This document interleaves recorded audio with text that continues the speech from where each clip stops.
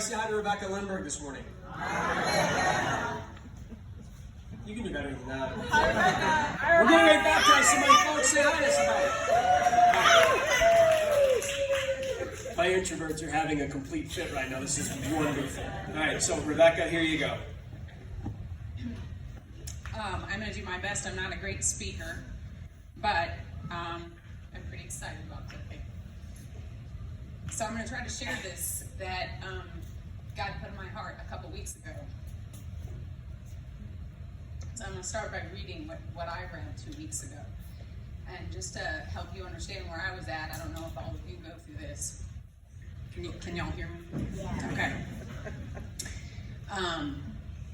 I tend to struggle with feeling inconsistent to God and feeling like I'm not doing enough for Him, spending enough time with Him, loving Him enough. And it was in one of these moments that I was in my God's room, my war room, and I was reading. And I pulled out the Bible, not knowing, telling myself I was supposed to do this more often and apologizing and hoping to meet God there, but also not wanting to expect that. And then yelling at myself because I should expect that. All the things. And I sat down and I opened up, and I've been trying to read through the Gospel of John, and I was on John chapter 2, the wedding of Cana. And so I read a very well-known story, right, of how God turned water into wine, Jesus' first miracle. And, okay, there you go. Like, everybody knows the story. And it wasn't necessarily anything new, but I sat there for a minute because God paused me on something. And it revealed to me something in that moment that was just so cool. That was about this moment. So I'm going to read from that, and then I'm going to tell you what I learned. They're at the wedding, right? And we're at that moment where Jesus' mom comes up to him and says, Jesus, they're out of wine. And he says, dear woman, that is not my problem. It is not my time yet.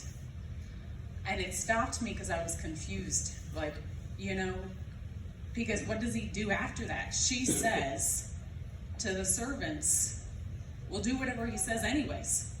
It's not his time yet, but do whatever he says anyways. And he goes on to give them instructions. Well, why would you bother to tell them it's not your time if you're going to do it anyways? Right? So I just sat there in that moment, and I was confused, and I was trying to think it through. And so then I just kept watching, and he goes on to say to the servants nearby, there are 6 stone water jars that carry 20 to 30 gallons each. And he tells the servants, fill the jars with water. And once they're filled, dip some out and take it to the master of ceremonies. And we know the rest of the story. When the master of ceremonies tastes it, it's the best wine he's ever had. And I sat there and I started thinking, man, that's a lot of water, right? 6 jars, 30 gallons each. That's like 180 gallons of water. They didn't have a hose. They didn't have a water faucet. They had to go where to get this water? The well. They had to walk to the well 180 times to get a bucket to fill it with water and bring it back to fill up this jar. Why? Because he told them to. Not knowing that in the end it would be the first miracle of Jesus Christ. And I started thinking about my sister. And I've known her for 5 years. But it was about 1.5 years ago we started working a little bit more closely together at work. And at the time she really lived according to a lot of worldly labels, trying to find herself. And I didn't know what I was supposed to do, but I knew Jesus told me to fill those jars. So I just started loving her. I just started pouring out patience and kindness and gentleness and love and truth in any way I knew how. And there were times that it was hard. There were times that it was sacrificial. There were times that other people at work and at home did not necessarily know what I was doing. But I was just trying to fill those jars. And it was a lot of days and a lot of jars. But now I get to stand here today and I get to see the wine.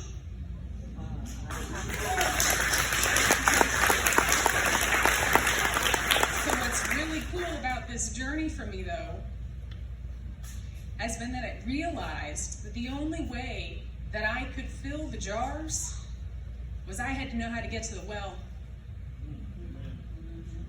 I had to know how to get there day after day after day so I could get some water for her because she was thirsty. And I had to know how to get it so I could bring it back. And today, she stands up and walks with me to the well. We go get it together. And then we're going to take it to other people.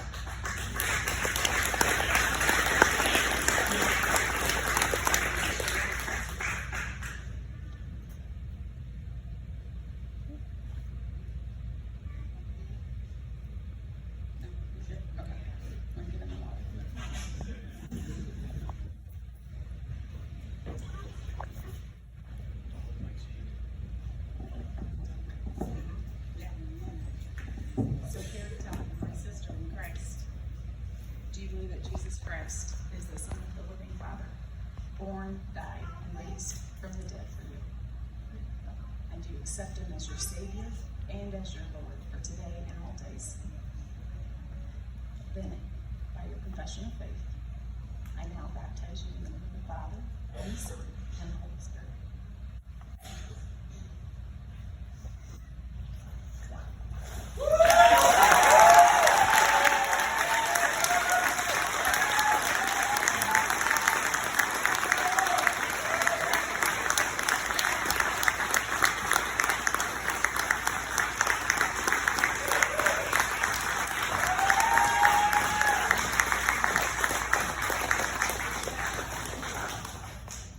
I'm going to ask the band to go ahead and kind of prepare to close us out by re-singing some of that last song. Blake, I'll trust you to pick where you want to do that. And I'm going to go ahead and turn down. I know you want me to play the drums, but I'm going to